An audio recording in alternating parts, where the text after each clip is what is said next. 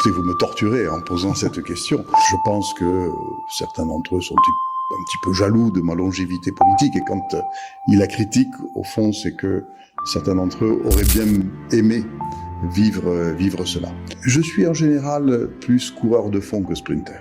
Par contre, quand je suis parti, et je sais aussi que dans la vie, de temps en temps, il vaut mieux sprinter. À un moment, prendre des responsabilités à un haut niveau, c'est le moyen de peser sur le réel et de faire en sorte que ce qui est nécessaire puisse devenir possible. Je crois que ce soit dans la vie politique, dans la vie de l'entreprise ou autre, quand on a effectivement un but, il faut prendre les moyens, il faut prendre le temps, il faut travailler, il faut consacrer du temps. Nos deux filles l'ont plutôt bien vécu. Parfois, elles ont eu des remarques dans leur vie d'écolière ou plus tard. C'est une chance que d'avoir eu des enfants comme ça. Je ne me suis pas inspiré de mes opposants. C'est pas trop mon style d'ailleurs, d'aller puiser mon inspiration chez mes opposants. Le pire moment de ma vie politique, franchement, ça, je pense que c'était ma défaite en 2008. Votre petite fille, donc j'avais une question intime à vous poser. Que lui diriez-vous si un jour plus tard, elle vous dit « je voudrais m'engager en politique » ? Alors que diriez-vous, j'imagine une enfance heureuse, et que diriez-vous à l'enfant que vous étiez ? Hop. Le temps d'un podcast, Jean-Luc Moudinque, Alexandre Cavassa, bonjour. Bonjour.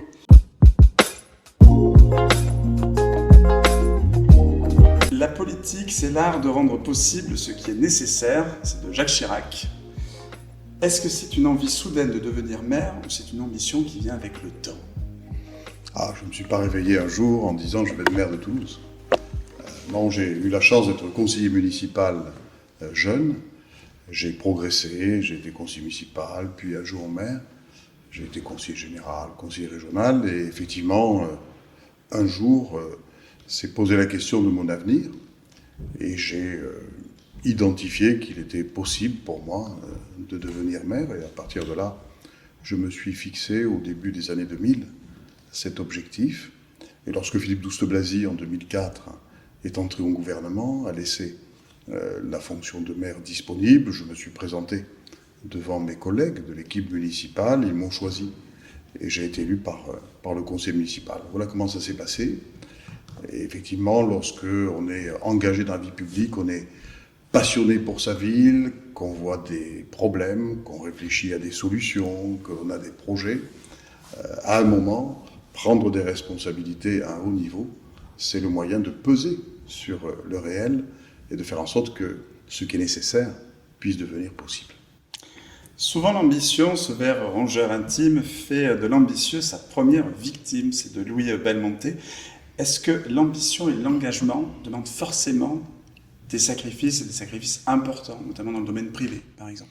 Je crois que ce soit dans la vie politique, dans la vie de l'entreprise ou autre, quand on a effectivement un but, il faut prendre les moyens, il faut prendre le temps, il faut travailler, il faut consacrer du temps. Et effectivement, si on décide de contingenter tout ça ou de limiter tout ça, forcément, on se bride et on risque de ne pas atteindre le but. Donc oui, quand on s'engage dans la vie politique et quand on le fait à un certain niveau, il y a des sacrifices que l'on doit faire. Et c'est vrai que la vie privée, la vie familiale en particulier, en prend un coup. C'est un objet de remords et de déchirement permanent. Oui, beaucoup arrêtent le parcours politique ou même professionnel. On interviewe énormément d'entrepreneurs avec le temps d'un podcast et aussi l'émission locale, il faut se le dire, et toutes les autres émissions que nous avons chez ACDV Productions. Et c'est vrai que beaucoup disent « j'ai préféré lever le pied parce que je ne voyais plus ma femme, je ne voyais plus mes enfants ». Vous en pensez quoi de ça, justement, de ce moment où certains peuvent lever le pied, une sage décision ? Écoutez, vous me torturez en posant cette question. Mais effectivement, je peux comprendre. Je peux comprendre, il y a une certaine logique. Moi, j'ai eu la chance d'être soutenu par ma femme dès le départ. Lorsque je l'ai épousée, j'étais déjà élu, j'étais un jeune élu. Et donc, elle m'a toujours connu dans cette situation. Elle a toujours été à mes côtés pour appuyer ma progression. Elle aurait pu à un moment freiner ou s'opposer. Elle ne l'a pas fait. Et donc je lui dois beaucoup, bien évidemment, et sans elle, je ne serais pas là. Mes enfants, eux, m'ont toujours connu élu, donc pour eux, c'était une donnée assez naturelle, qui allait de soi, au fond, et je crois que nos deux filles l'ont plutôt bien vécu. Parfois, elles ont eu des remarques dans leur vie d'écolière ou plus tard, mais elles ont su prendre les choses avec beaucoup de détachement et elles ont eu l'intelligence, toutes les deux, de ne pas se réclamer de leur père ou de ce lien de parenté pour avoir leur propre projet, tracer leur propre sillon, prendre elles-mêmes des responsabilités dans leur domaine professionnel. Autrement dit, elles se sont affirmées, non pas comme la fille de Jean-Louis Moudenc, mais comme elles-mêmes, chacune des deux. Et ça, c'est une chance que d'avoir eu des enfants comme ça. Et on parlera justement, il y a un ami à vous qui aura une question vidéo à vous poser sur justement les femmes de votre vie, ce sera en fin de podcast. L'amitié, justement, ce n'est pas être avec ses amis quand ils ont raison, c'est d'être avec eux même quand ils ont tort, c'est d'André Malraux. Est-ce qu'être mère vous a éloigné de vos amitiés, de certaines, parce que des chemins différents, ou rapproché d'autres? Honnêtement, je crois pas. Je crois pas avoir perdu d'amis en route parce que je m'étais engagé dans la vie publique jusqu'à devenir maire de Toulouse. J'ai même présent à l'esprit des amis de fac qui étaient en face de moi, si je puis dire, qui militaient dans des organisations de gauche, mais nous étions amis. Et le fait qu'ensuite j'ai eu un parcours politique qu'ils ne pouvaient pas deviner et que je ne pouvais pas non plus deviner quand j'étais étudiant, eh bien, ça n'a pas altéré la relation amicale. Et c'est important pour moi, parce qu'effectivement, les événements de la politique, par définition, ils passent. Nous sommes limités par des mandats. Par définition, un mandat, ça fait X années, c'est pas un CDI, hein, c'est un CDD en quelque sorte. Et donc, c'est important que les valeurs fondamentales, c'est-à-dire la famille, l'amitié, puissent transcender tout ça. Et je crois que j'ai eu cette chance, là aussi, d'avoir de vrais amis et d'avoir une vraie amitié pour eux aussi. Ça ressemble beaucoup à l'entrepreneuriat, finalement. D'être maire d'une grande ville, la 3e ville de France. On y est, hein, je crois, on y est presque. Alors, je sais pas trop comment ça s'évalue. De fait, oui. Nous y sommes, mais comme l'INSEE publie à la fin du mois de décembre chaque année le recensement avec 3 ans d'avance, il faut attendre 3 ans pour que ça soit officiel. Apparemment, ça sera officiel à la fin de cette année 2026. Vous parliez des mandats. Il y a eu une campagne. On a pu lire, j'ai pris vraiment un passage, on va dire que j'ai combiné en une phrase les moments plus soft, plus légers des opposants. Monsieur Moudenc est là depuis plusieurs mandats, il doit laisser la place pour ne pas stagner et faire devenir Toulouse une ville dortoir, il faut que ça change. J'ai signé l'opposition, on a pu voir que c'était une campagne assez violente. Est-ce que c'est pour cette remarque-là que vous avez annoncé que ce serait votre dernier mandat? Est-ce que c'est vraiment le dernier? Parce que des fois on peut changer d'avis. Alors, j'ai annoncé que, effectivement, si j'étais réélu en mars 2026, ça serait mon dernier mandat. Je l'ai annoncé par choix personnel, par choix de vie, par choix aussi en accord avec ma famille. Autrement dit, je ne me suis pas inspiré de mes opposants. C'est pas trop mon style d'ailleurs, d'aller puiser mon inspiration chez mes opposants. D'autant que, en l'occurrence, je pense que certains d'entre eux sont un petit peu jaloux de ma longévité politique, et quand ils la critiquent, au fond, c'est que certains d'entre eux auraient bien aimé vivre cela. Mais pour aller sur le fond de la question, le seul côté qui nous intéresse, c'est-à-dire l'intérêt de la ville, l'intérêt des Toulousains,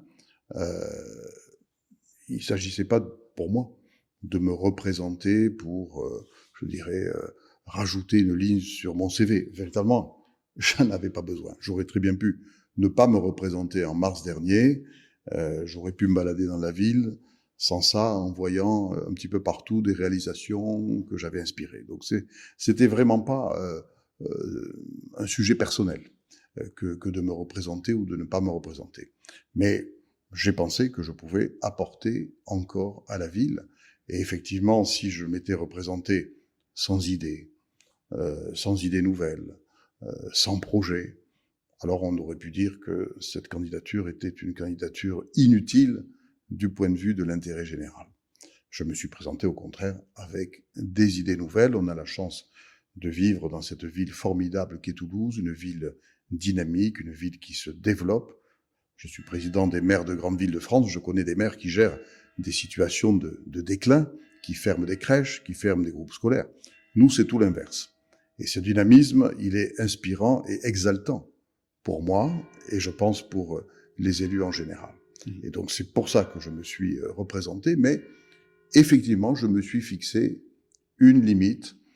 J'ai vu à la présidence de la région Martin Malvy présider jusqu'à l'âge de 80 ans. Oui. J'ai vu à la tête du département Pierre Izard présider jusqu'à l'âge de 80 ans, sans d'ailleurs être critiqué, ni l'un ni l'autre.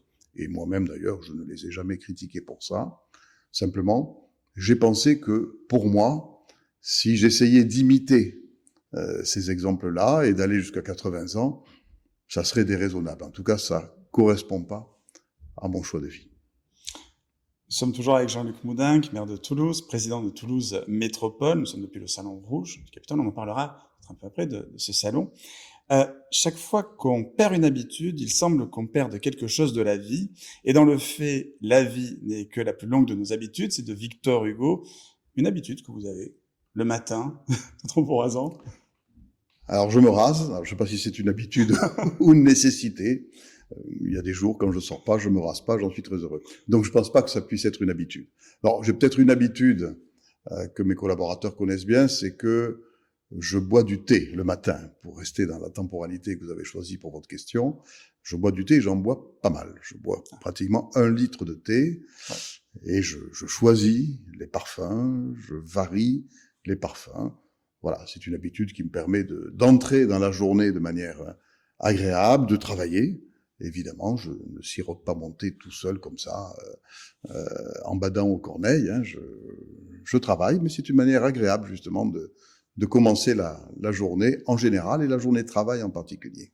Donc vous partez sur un marathon, parce qu'il y a la différence entre ceux qui boivent le café et ceux qui boivent du thé. Le café, ça réveille très vite. Hein. Je regarde Michael qui sait énormément de choses, et le thé, c'est plus sur la longueur. Je suis en train de me mettre au matcha personnellement, mais j'ai quand même ma petite tasse de café. Mais c'est vrai que ça peut être un tempérament aussi. C'est-à-dire, je vais sur du thé pour durer. Je suis en général plus coureur de fond que sprinter. Voilà. Et c'est mon tempérament en tout. Il y a des fois où je ne me presse pas. Par contre, quand je suis parti. Et je sais aussi que dans la vie, de temps en temps, il vaut mieux sprinter. Je le fais de temps en temps, mais effectivement, c'est pas mon tempérament que de le faire tous les jours.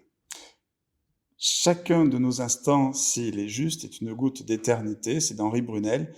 Quel est dans votre vie, en tant qu'élu ou pas, votre plus beau moment ? En tant qu'élu, forcément, c'est quand on est élu. Quand on est élu, en plus, imaginez-vous, être élu dans sa propre ville, être le maire de la ville où on est né, de la ville de son enfance. J'ai envie de dire, y a-t-il un plus beau rêve dans la vie politique ? Honnêtement, je ne crois pas, parce que l'avantage du mandat municipal, c'est qu'il est concret. On n'est pas dans la politique générale, on est dans le concret, on est dans le quotidien, on est dans la transformation ou de la ville, ou la construction de tel ou tel morceau de ville. C'est quelque chose qui est extrêmement exaltant. Et moi, c'est mon moteur. Parfois, il y a des gens qui me disent, mais vous êtes là depuis longtemps, vous n'avez pas marre un peu ? Vous n'êtes pas un peu fatigué ? Alors, de temps en temps, je suis fatigué, mais peu. J'ai la chance d'avoir un tempérament énergique et une bonne constitution, grâce à l'ADN que mes parents m'ont légué.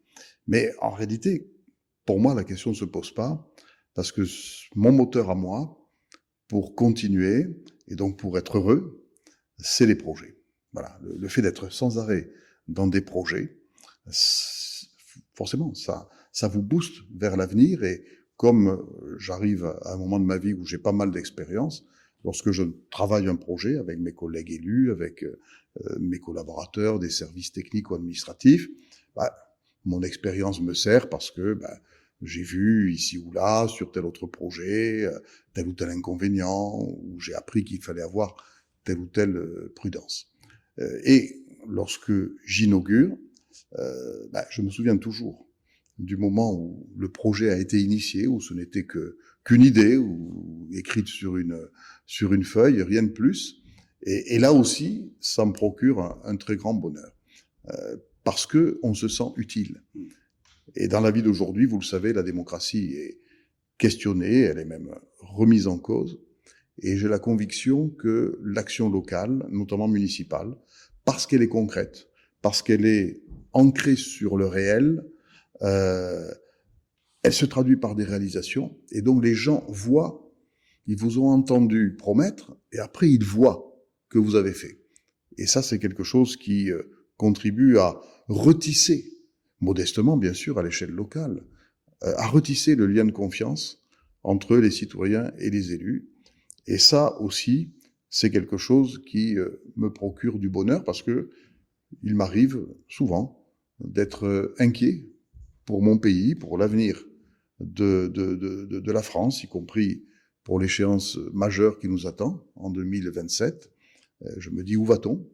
Quels choix vont-ils être faits? Est-ce que la démocratie va sortir consolidée de ce débat présidentiel ou fragilisée? Et donc, moi, ce que je fais à mon petit niveau, comme maire, mais maire d'une grande ville, c'est de nourrir, je dirais, ce terreau démocratique grâce aux réalisations pour les gens et au plus près de leur vie. Et ça fait mon bonheur. Et le pire moment? Un moment qui vous a marqué? Le pire moment de ma vie politique, franchement, ça, je pense que c'était ma défaite en 2008. J'ai été candidat à l'élection municipale, j'ai échoué de quelques centaines de voix à peine. C'est une défaite qui, en plus, a été dans un climat peu agréable, puisque la municipalité sortante que je représentais était, la vérité, assez divisée. Il y avait eu des problèmes, notamment entre mes deux prédécesseurs.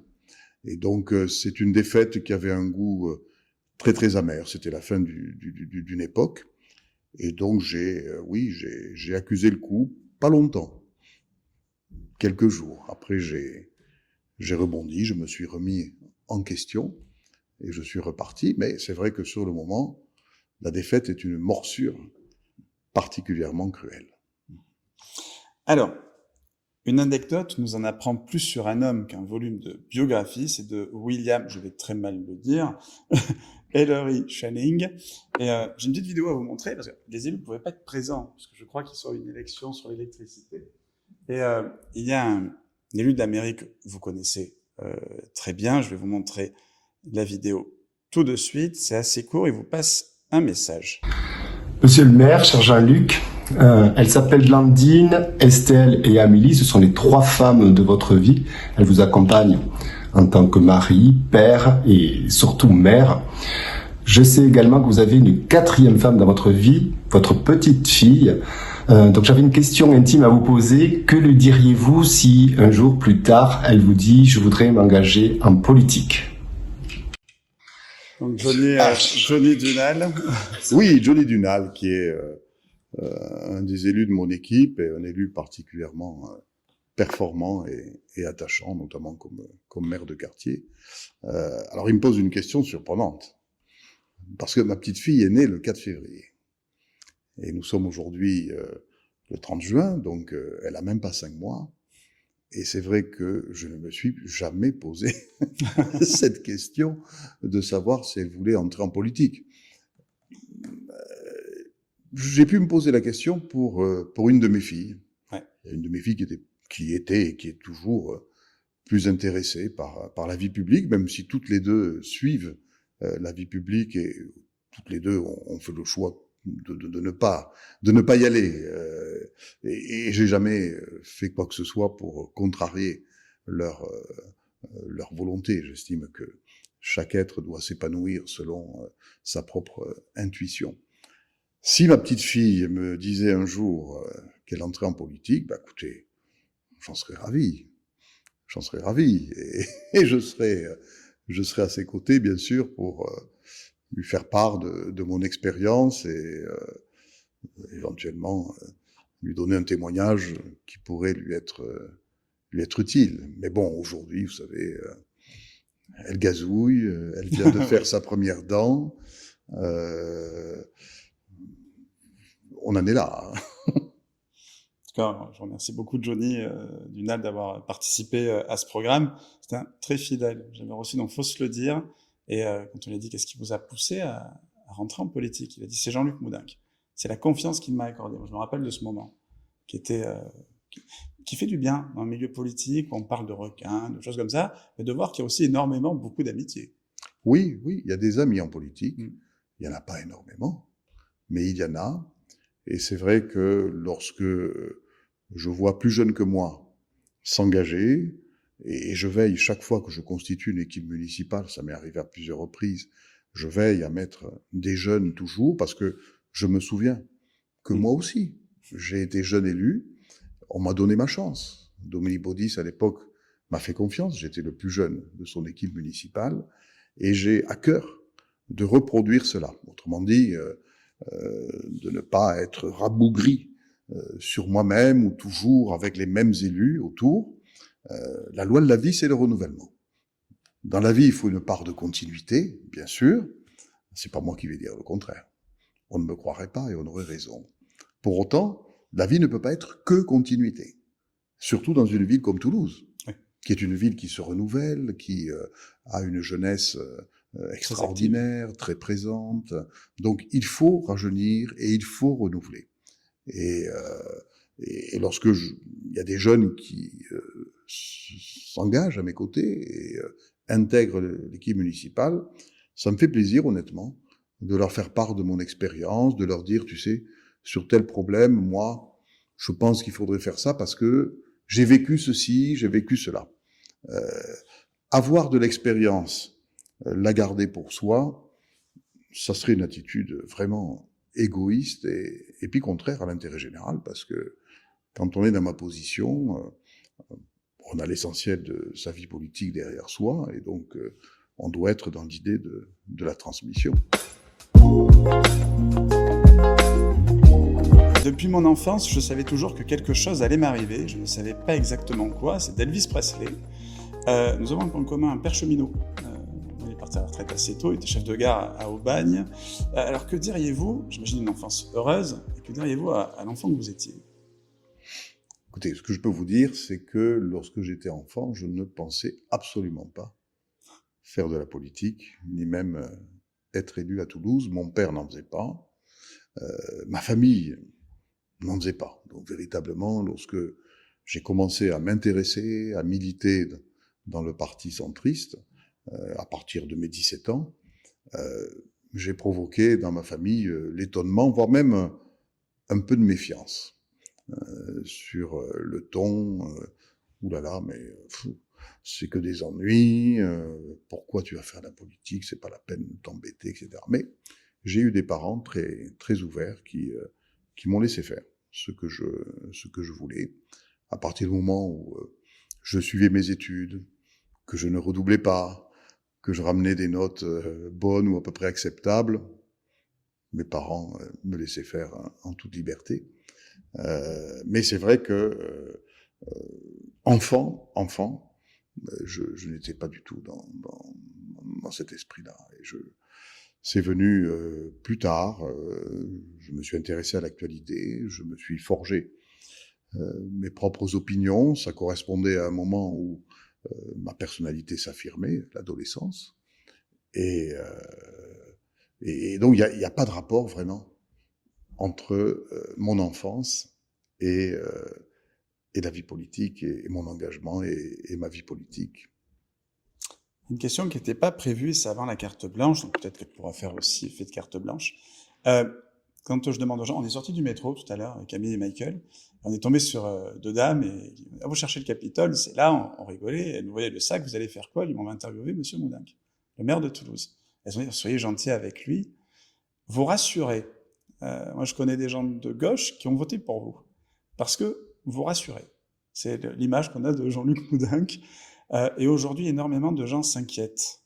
Des gens, allez, on va dire de plus de 60 ans, 70 ans. J'en ai encore une ce matin au téléphone, à 8 heures du matin, qui me dit « Mon fils, je m'inquiète pour l'avenir, notamment l'avenir financier. » Vous qui avez de l'expérience, qui connaissez la politique, qui connaissez Toulouse et la France, est-ce que vous avez un mot rassurant pour celles et ceux qui s'inquiètent, justement? Alors effectivement, je sais que j'ai une personnalité rassurante. Je crois que ça tient au fait que je suis quelqu'un d'assez constant. Alors parfois certains peuvent critiquer cela en me trouvant trop prévisible, aimeraient que je fasse des surprises, que je surprenne, etc. C'est pas mon tempérament. Voilà. Et effectivement, je crois que, et j'ai souvent entendu cette remarque pendant la campagne électorale, je crois que dans les temps actuels, qui sont des temps difficiles, où l'incertitude est véritablement très très forte dans plein de domaines et sur plein de sujets, beaucoup de Toulousains m'ont dit bon, on ne sait pas où on va hein, quand on regarde l'actualité, mais au moins à Toulouse, on vous a, on sait ce que vous faites, on vous connaît maintenant, et oui, avec le temps, et donc au moins on a une certitude en votant pour vous. Les temps actuels sont-ils rassurants? Pas vraiment, à la vérité. Et il m'arrive souvent de parler de cela, que ce soit à des Toulousains ou à des agents de la mairie. Je pense par exemple à un discours que j'ai tenu à des agents de la collectivité dans le secteur ouest il y a quelques jours lors d'une visite de quartier. Moi, le parti que j'ai, la méthode que j'ai, c'est quand il y a des difficultés de les nommer. Il n'y a rien de pire que de nier les difficultés. Il faut les nommer, il faudrait les regarder en face. Et après, il faut trouver des solutions. Ou du moins, il faut esquisser une méthode, un chemin, et aller de l'avant. Et moi, je suis un incorrigible optimiste. Voilà. Je suis quelqu'un de réaliste. Je ne rêve pas, et je ne fais pas toujours d'ailleurs rêver non plus. On me dit, parfois on me dit, on l'entend un peu moins, ah, il y a des élections, il faut faire rêver les gens. Moi, j'ai le sentiment que souvent, on a voulu faire rêver les Français, mais on les a trompés. On ne leur a pas dit la vérité. Et aujourd'hui, effectivement, il y a un moment, quand on fait rêver les gens, il y a le réveil. Il y a le réveil, et il y a des réveils qui sont douloureux. Alors c'est vrai qu'il y a beaucoup de difficultés, il y a une situation géopolitique qui est angoissante, une France qui est en mauvais état du point de vue des comptes de la nation, l'hôpital se porte pas bien, l'école ne se porte pas bien, la justice non plus, on doit faire un effort de défense parce que le monde est redevenu dangereux, notre allié historique des États-Unis nous lâche, nos amis européens n'arrivent toujours pas à faire l'unité, le dérèglement climatique est là et on n'a pas besoin d'être, et je n'en suis pas, un militant de l'écologie politique pour le reconnaître, pour voir que ça cause beaucoup de dégâts. Et donc, effectivement, quand on imagine l'avenir, on se dit, mais quel monde allons-nous léguer à nos enfants et à nos petits-enfants? Et il y a de quoi, effectivement, être inquiet ou angoissé. Moi, je dis simplement que, peut-être parce que je suis un homme d'action, que quand on a l'habitude des problèmes, je parlais tout à l'heure des projets, mais quand on est maire, on est en fait au four au moulin. D'un côté, on engrange, on impulse des projets, et de l'autre côté, on traite des problèmes. Voilà. L'un ne va pas sans l'autre. Et je dis, oui, il y a des problèmes. Il y a plein de problèmes. Mettons-les sur la table, réfléchissons à des solutions, et trouvons des solutions. Des solutions magiques, ça n'existe pas. Par contre, des solutions progressives, à condition d'avoir une vision d'ensemble, c'est possible. Et c'est possible en particulier pour notre pays. Résorber les déficits, assurer le régime des retraites, transformer le service public pour qu'il soit plus efficace, que ce soit dans tel ou tel domaine, je crois que c'est possible. Mais à condition d'avoir un débat vrai, ça demande du courage chez les hommes et les femmes politiques. Ça demande aussi, comment dirais-je, le courage d'entendre la vérité chez les Français. Parce que je me demande parfois si, au fond, les Français aiment qu'on leur dise la vérité. J'en suis pas totalement sûr. On peut reprocher aux hommes politiques d'être dans le déni. Je crois qu'on peut reprocher à beaucoup de Français de s'accommoder du déni. Sauf que c'est pas avec ça qu'on bâtit l'avenir. Et à partir du moment où on dit les choses en vérité, où oui, on admet des difficultés, mais on se remue le popotin, comme on dit à Toulouse, on se challenge pour trouver des solutions, alors il y a un chemin. Par contre, nous sommes aujourd'hui dans une culture de l'immédiateté. C'est pas parce qu'il y a un problème que quelques lignes avec un tweet vont donner la solution. Et ce n'est pas parce qu'il y a un problème qu'on va le résoudre en quelques mois. Il faut accepter le temps long. Et aujourd'hui, le temps long n'est plus à la mode. En rien. Nous sommes dans l'instantané. Et cette culture de l'instant, cette dictature même de l'instant, nous prive, je crois, des vrais débats et des vraies solutions dans un tas de domaines. On a même l'impression que les grands projets ne se font plus. Quand on voit le temps qu'on met les cathédrales pour se faire, je les prends en exemple, il y a une église dans chaque village, chaque ville, on voyait ça, la personne qui posait la première pierre se disait « je ne verrai jamais ».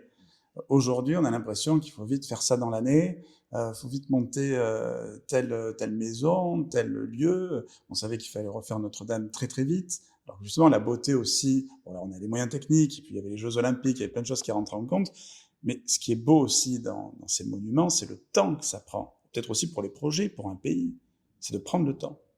Bien sûr. Vous savez, là, je commence un mandat dont je sais, et je l'ai dit aux Toulousains, je crois avoir été le seul d'ailleurs, et je l'ai dit aux Toulousains pendant la campagne électorale, je sais que c'est un mandat qui va connaître des contraintes financières très fortes à cause de la situation catastrophique des comptes de la nation et des retombées que nous subissons avec les fonctions financières de l'État dans nos propres budgets.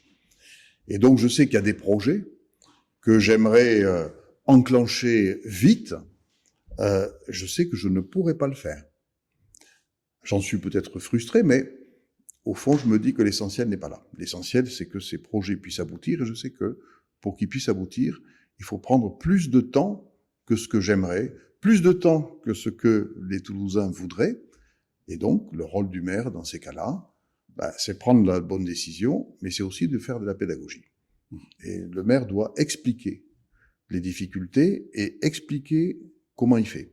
Et moi, ce que je pressens pour le mandat actuel, c'est que je vais devoir réaliser progressivement un certain nombre de projets pour qu'il n'y ait pas de problème financier qui retombe à un moment sur les Toulousains, c'est-à-dire contre eux. Parce que tout ce qu'on fait, c'est pour les Toulousains, c'est pas pour nous. Et donc, à partir de là, nous avons un devoir de vérité dans l'action publique et non pas de faire de la communication et d'être dans une vision court-termiste. Dans le temps d'un podcast, il y a le dernier mot pour l'invité. Vous avez carte blanche. Ce que vous voulez dire, on a une caméra là, une là, un peu partout. Voilà, un dernier mot peut-être de Jean-Luc Moudenc. Écoutez, d'abord, vous remercier de m'avoir donné la parole. Vous avez choisi un angle d'interview qui n'est pas habituel, qui n'est pas politicien.